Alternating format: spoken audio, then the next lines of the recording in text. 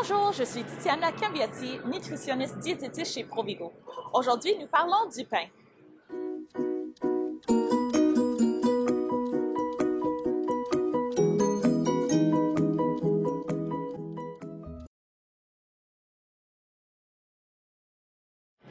Il y a plusieurs types et marques de pain qui sont disponibles sur les étagères de l'épicerie. Aujourd'hui, je vais vous donner quelques recommandations pour vous aider à choisir votre pain. Vous avez probablement déjà entendu de choisir un pain à grains entiers. Mais pourquoi? C'est quoi la différence entre un grain entier et un grain raffiné? Un grain entier est fait de 3 parties: le son, le germe et l'endosperme. Le son contient les fibres et les vitamines B. Le germe contient les antioxydants et les bons gras. Et l'endosperme contient les glucides en forme d'amidon. Quand on a un grain entier et on le transforme en grain raffiné, on va enlever le son, donc on va enlever les fibres et les vitamines B. On va enlever le germe, donc on va enlever les antioxydants et les bons gras, mais on va garder l'endosperme, donc on va garder les glucides en forme d'amidon. Oui, on va rajouter les vitamines B, mais on ne va pas nécessairement rajouter les fibres. D'où mon conseil de choisir un pain à grains entiers. Mais comment le faire? La première chose serait de regarder la liste d'ingrédients. On veut chercher un pain avec des grains entiers comme premier ingrédient dans la liste. La prochaine chose serait de regarder le tableau de valeur nutritive. On veut chercher la portion. Pour le pain, la portion, d'habitude, c'est 1 ou 2 tranches. La portion serait aussi donnée en grammes pour être capable de comparer les différentes marques de pain avec des tranches de différentes épaisseurs.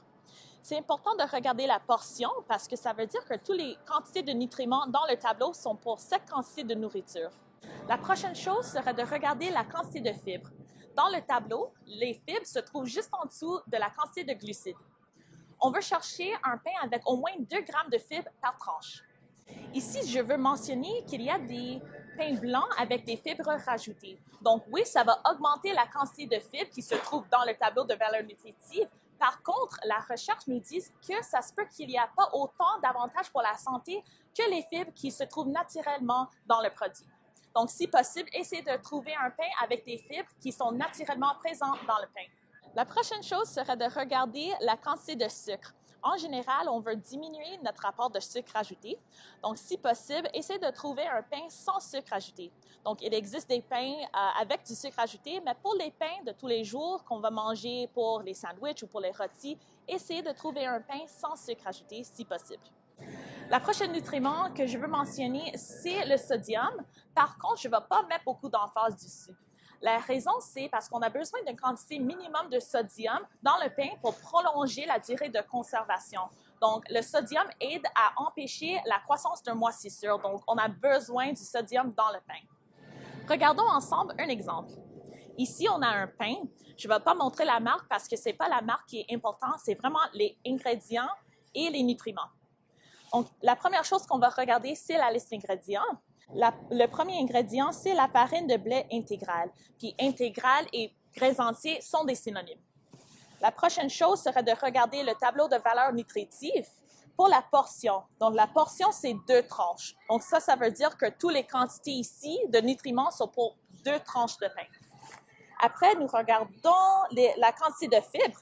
Puis, on a 6 grammes de fibres par 2 tranches. Donc, ça veut dire 3 grammes de fibres par tranche. Et pour la quantité de sucre, on n'a aucun sucre dans le produit, donc 0 g de sucre. Donc, ça veut dire que cet exemple suit les recommandations.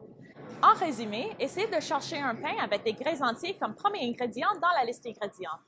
Au moins 2 g de fibres par tranche et sans sucre ajouté. Si vous avez aimé cette vidéo, n'oubliez pas de vous abonner à notre chaîne YouTube. Si vous avez des questions ou si vous voulez prendre un rendez-vous avec une de nos nutritionnistes, visitez notre site web. À bientôt!